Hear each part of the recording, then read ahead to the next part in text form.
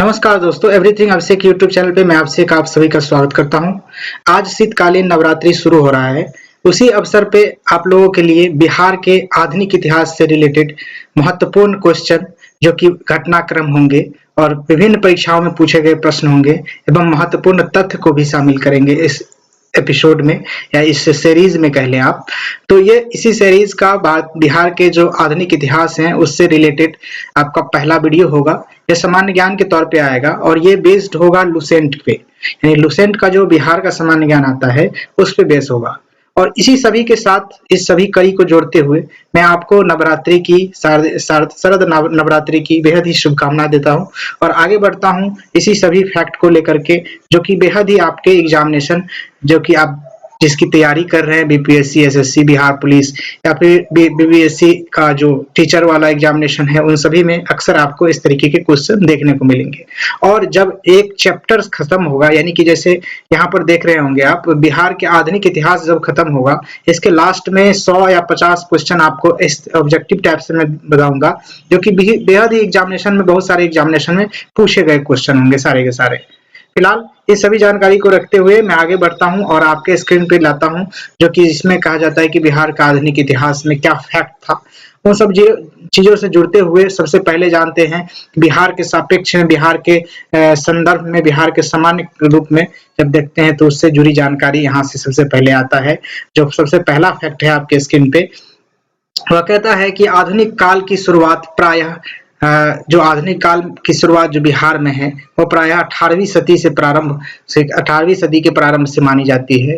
हालांकि बिहार में यूरोपियों का आगमन जो कह ले तो 17वीं सदी से ही प्रारंभ हो गया था। इस बात को ध्यान दें कि यूरोपियों का आगमन यानी यूरोपीय जो लोग थे यूरोप देश के, उन लोगों का आगमन देखें तो 17वीं शताब्दी में बिहार में शुरू हुआ था और 18वीं सदी में आधुनिक काल की शुरुआत हुई थी। ध्यान रखेंगे इस बात को। आगे बढ़ेंगे 1711 ईस्वी में डचों ने मुगल सम्राट जहांदार शाह से बंगाल एवं बिहार में व्यापार हेतु कुछ रियायतें प्राप्त की थी। 1711 ईस्वी की बात करें तो 1711 ईस्वी में डचों द्वारा, कई बार बीपीएससी में पूछा गया है, डचों द्वारा 1711 ईस्वी में मुगल सम्राट जहांदार शाह से उनकी रियासत जो मांगी गई बंगाल और बिहार में व्यापार करने हेतु। ध्यान रखेंगे। नेक्स्ट है अलवर्दी खां। अलवर्दी खां 1732 ईस्वी में बिहार का नायाब नाजिम तथा 1740 ईस्वी में बंगाल का नवाब बना। अलवर्दी खां 1732 ईस्वी में बिहार का नायाब नाजिम बना और 1740 ईस्वी में बंगाल का नवाब बना, यानी अलवर्दी खां दो जगह का नवाब था। ध्यान रखेंगे। नेक्स्ट है आपका कि उसने यानी कि अलवर्दी खां ने भोजपुर, टेकारी, चकवार, बेतिया, तिरहुत आदि क्षेत्रों में विद्रोही शासकों को शांत कर शांति व्यवस्था कायम की थी। उनका जो काम था, उन्होंने जो विद्रोह किया जा रहा था स्वतंत्रता आंदोलन कर लेकर के या फिर कई अन्य मुद्दों पर, तो उन सभी को शांत किया गया किस इलाके में? भोजपुर, टेकारी, चकवार, बेतिया और तिरहुत इलाके में। इन सभी विद्रोह को शांत कर शांति व्यवस्था कायम किया गया था अलवर्दी खां के द्वारा, जो कि बिहार का नायाब नाजिम था और 1740 में बंगाल का नवाब था। ध्यान रखेंगे। नेक्स्ट आपके स्क्रीन पे बढ़ेगा, लिखेगा, यहाँ से देख सकते हैं कि बंगाल के नवाब अलवर्दी खां ने 1750 ईस्वी में सिराजुद्दौला को अपना उत्तराधिकारी मनोनीत किया था। बंगाल के नवाब अलवर्दी खां ने 1750 ईस्वी में सिराजुद्दौला को अपना उत्तराधिकारी के रूप में मनोनीत किया था। ध्यान रखेंगे इस बात को। नेक्स्ट है आपके स्क्रीन पे 9 अप्रैल 1756 को नवाब अलवर्दी खां की मृत्यु के पश्चात सिराजुद्दौला बंगाल का नवाब बन गया था। 9 अप्रैल 1756 ईस्वी को अलवर्दी खां की मृत्यु हो गई थी। ध्यान रखेंगे। नेक्स्ट है आपका पलासी युद्ध।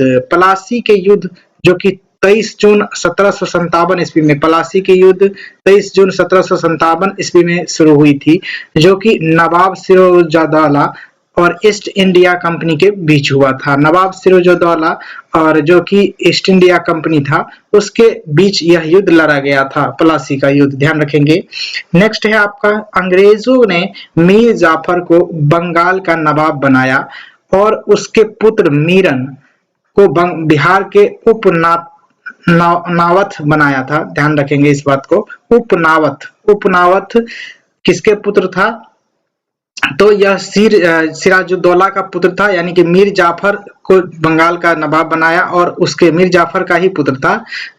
कौन था पुत्र? तो मरीन था, यानी मीरन, जिसको बोलते हैं मीरन, मीरन था, जो कि उपनावात के रूप में बनाया गया था बिहार का, ध्यान रखेंगे। परंतु बिहार के वास्तविक सत्ता राजा राम नारायण के हाथों में थी, यानी कि बिहार का जो राजा जाने, तो उस समय जब राजा की बात करें तो बिहार का राजा राजा राम नारायण के हाथों में थी और उपनाथव के रूप में इसे मनोनीत किया गया था, बनाया गया था बिहार का, ध्यान रखेंगे। नेक्स्ट है आपका स्क्रीन पे, मुगल सम्राट अली गौहर अपने को बिहार, बंगाल एवं उड़ीसा का अधिपति मानता था, ध्यान रखेंगे। मुगल सम्राट अली गौहर ने अपने को बिहार, बंगाल एवं उड़ीसा का अधिपति मानता था। उस समय इस तरीके से चलता था कि कई सारे ऐसे लोग थे, कई सारे ऐसे राजा, कई सारे ऐसे तानाशाह थे जो कि अपने आप को इस तरीके से कहते थे कि मेरा यह है, मेरा यह है, मेरा इन तीनों राज्यों में अधिपत्य है। मतलब एक तरीके से समझ ले तो किस तरीके से कह सकते हैं आप, जैसे गैंग नहीं कह सकते हैं, उस तरीके से होता है कि यह मेरा एरिया है, यह मेरा एरिया है, इस तरीके से था, ध्यान रखेंगे। आगे बढ़ेंगे इसी सभी के साथ, तो दिखेगा आपके स्क्रीन पे, पलासी के युद्ध के पश्चात बंगाल की राजनीतिक अस्त व्यस्तता को देखते हुए उसने बिहार पर आक्रमण किया, जिसमें उसकी पराजय हुई थी, ध्यान रखेंगे। पलासी के युद्ध के पश्चात बंगाल की राजनीति अस्त व्यवस्था, यानी कि राजनीति अस्त व्यस्तता को देखते हुए, मतलब राजनीति में अस्त व्यस्तता हो गई थी, उसको देखते हुए बिहार पर आक्रमण किया गया था और उसमें की पराजय भी हो गई थी उसकी, ध्यान रखेंगे। नेक्स्ट है आपके स्क्रीन पे 1760 ईस्वी में अली गौहर जिसने अब शाह आलम द्वितीय की जो पदवी धारण कर लिया था, ध्यान रखेंगे, शाह आलम द्वितीय की पदवी किसके द्वारा धारण किया गया था? अली गौहर था 1760 ईस्वी में, ठीक है। उसके बाद उसने बिहार पर आक्रमण किया, इसके उपाधि धारण करने के बाद उसने बिहार पर आक्रमण किया, कौन? अली गौहर या फिर शाह आलम द्वितीय कह लें। परंतु धन एवं साधन के अभाव में उसका अभियान यह बेकार साबित हो गया था, यानी कि यह जो आक्रमण करने की बात कहा और आक्रमण किया, इसमें कि उसका यह अभियान जो यह युद्ध था वह उसका बेकार चला गया। नेक्स्ट है आपके स्क्रीन पे कि 1760 ईस्वी में मीर कासिम अंग्रेजों की सहायता से बंगाल का नवाब बन गया। मीर कासिम 1760 ईस्वी में अंग्रेजों की सहायता से 1760 ईस्वी में किसका? तो बंगाल का नवाब बना था, ध्यान रखेंगे। और इन सभी बातों को ध्यान रखते हुए मैं बताना चाहूंगा, अगर आप हमारे इस चैनल पे अभी तक नए हैं तो प्लीज आप सब्सक्राइब करिएगा। मैं एक बिहार से रिलेटेड जो इम्पोर्टेंट फैक्ट है, जो अच्छे तरीके से क्वेश्चन पूछा जाता है किसी भी एग्जामिनेशन में बिहार के सापेक्ष में लेकर के चले, तो यानी कि कोई भी बिहार का एग्जामिनेशन हो जिसमें अधिकतर प्रश्न जिस चैप्टर, जिस पार्ट से आता है, उन्हीं सब पार्टों को मैं आपके सामने लेकर के आऊंगा। साथ ही साथ विभिन्न परीक्षाओं में पूछे गए क्वेश्चन भी आपके पास लेके आऊंगा चैप्टर समाप्त होने के बाद। पहले फैक्ट को देखेंगे, तथ्य को देखेंगे, उसके बाद आपको ऑब्जेक्टिव क्वेश्चन मैं देने की कोशिश करूंगा। तो इन सभी बातों को अगर आप देखना चाहते हैं, जानना चाहते हैं, समझना चाहते हैं, तो बिल्कुल आप हमारे इस चैनल को सब्सक्राइब कीजिए और लाइक कीजिए। अगर वीडियो अच्छा लगा तो शेयर कीजिएगा दोस्तों के साथ इसी प्रकार के वीडियोस देखने के लिए, और बेल आइकन प्रेस करिएगा इसी प्रकार के वीडियो देखने के लिए, ताकि आपको नए वीडियो का नोटिफिकेशन सबसे पहले प्राप्त हो। आगे बढ़ेंगे बक्सर युद्ध के साथ। बक्सर युद्ध कहता है, पहला फैक्ट, कि अंग्रेजों ने मीर कासिम को स्वच्छंद आचरण को देखकर उस नवाब पद से हटाने का, मतलब उसे नवाब पदों से हटाने का निर्णय लिया था। मीर कासिम को स्वच्छंद आचरण के चलते अंग्रेजों ने उसे नवाब के पद पर से हटा दिया था। आगे बढ़ेंगे, मीर कासिम भागकर पहले पटना आया था, वहां से बंगाल से भागकर पहले पटना आया और फिर लखनऊ में जाकर नवाब शुजा-उद-दौला, ध्यान रखेंगे, सिरा-उद-दौला नहीं, शुजा-उद-दौला जो लखनऊ का नवाब था, शुजा-उद-दौला नवाब था कहाँ का? लखनऊ का, उनसे सहायता मांगी। उन दिनों मुगल सम्राट शाह आलम द्वितीय किसका था? आप यहीं पे मैं बताया हूँ, शाह आलम द्वितीय अली गौहर था, ध्यान रखेंगे। शाह आलम द्वितीय भी अवध में ही उपस्थित था, यानी वो भी वहां से भाग करके अवध में चला गया था, यानी उत्तर प्रदेश में। आगे बात रखेंगे, यहाँ से देख सकते हैं मीर कासिम ने अवध के नवाब शुजा-उद-दौला एवं मुगल सम्राट शाह आलम द्वितीय के साथ मिलकर अंग्रेजों के खिलाफ एकजुट का निर्णय अंग्रेजों के विरुद्ध युद्ध बक्सर में किया था, यानी बक्सर युद्ध जो कह लें उसमें किनके विरुद्ध, तो यहाँ से देख सकते हैं आप अंग्रेजों के विरुद्ध किया था। कौन किया था, तो मीर कासिम ने किया था। मीर कासिम ने अवध के नवाब शुजा-उद-दौला एवं मुगल सम्राट शाह आलम द्वितीय के साथ मिलकर, ये तीनों चारों मिलकर के अंग्रेजों के खिलाफ एक फुट निर्माण किया और अंग्रेजों के विरुद्ध एक युद्ध की शुरुआत कर दी, जो कि बक्सर में यूपी से सटा हुआ जिला है बिहार का, वहां देख सकते हैं वहां पर इसका युद्ध लड़ा गया था। ध्यान रखेंगे, परंतु 22 अक्टूबर 1764 ईस्वी में सर हेक्टर मुनरो के नेतृत्व में अंग्रेजों की सेना ने उन्हें पराजित कर दिया था। आप समझ सकते हैं 1764 ईस्वी में बक्सर का युद्ध हुआ था और इसी ईस्वी में आपका जो है कि इन तीनों चारों मिल करके जो लड़ा जा रहा था युद्ध, इन तीनों चारों को हरा करके हेक्टर मुनरो के नेतृत्व में लड़ा गया था अंग्रेजों के द्वारा। तो यह युद्ध हार गया था, जो कि मीर कासिम अवध का नवाब था, मुगल सम्राट था, ये सारे के सारे।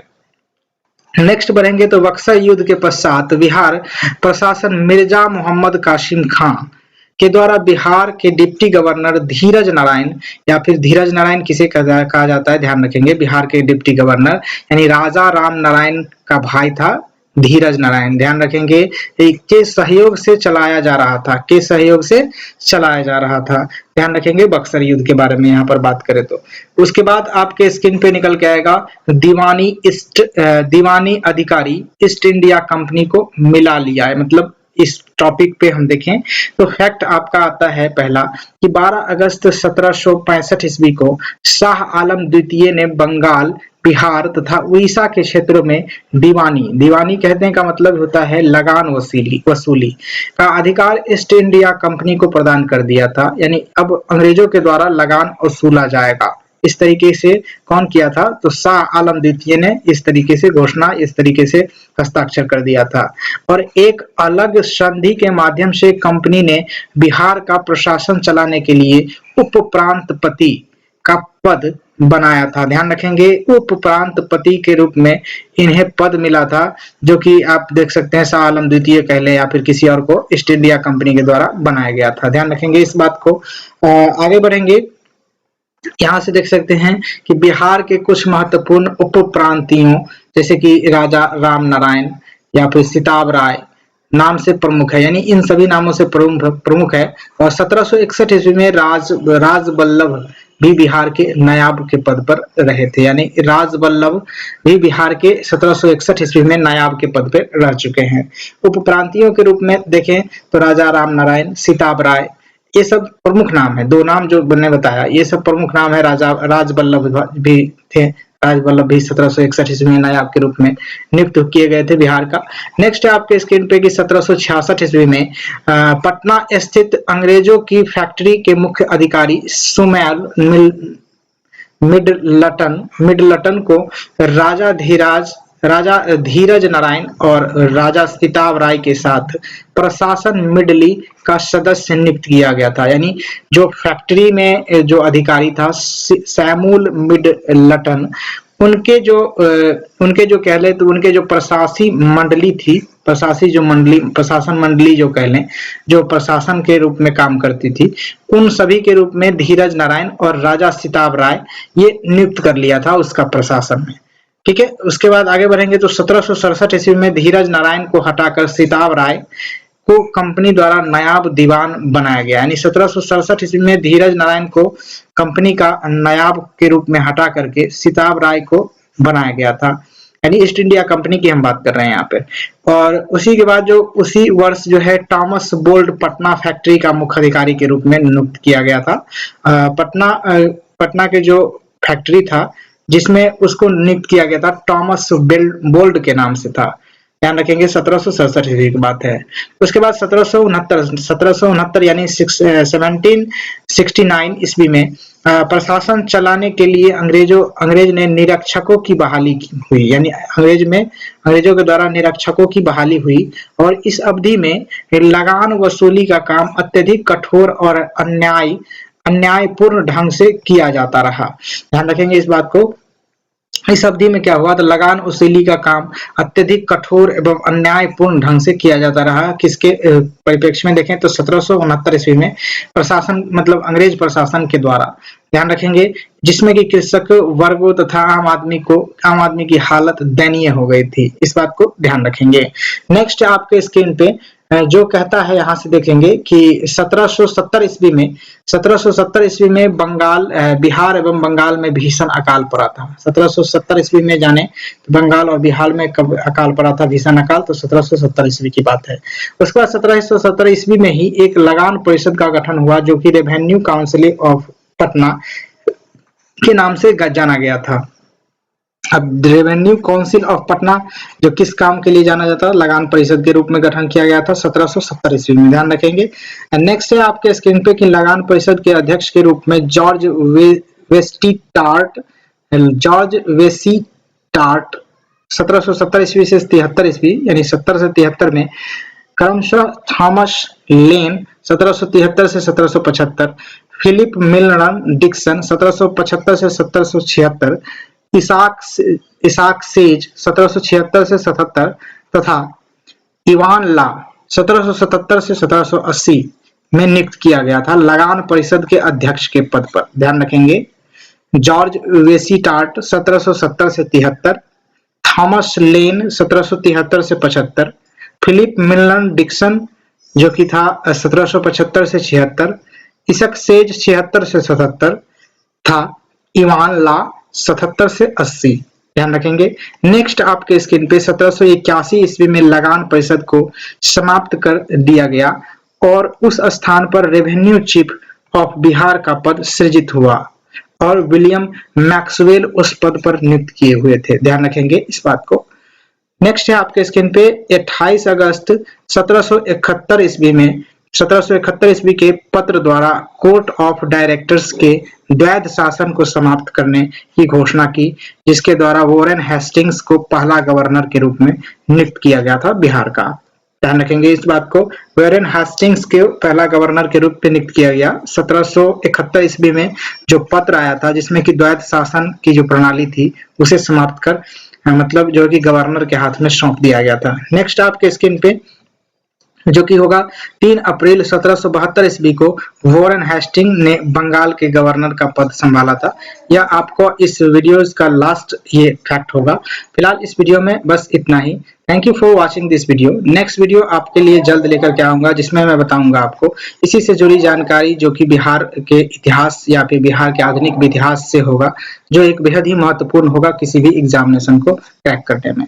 Thank you for watching this video. जय हिंद, वंदे मातरम।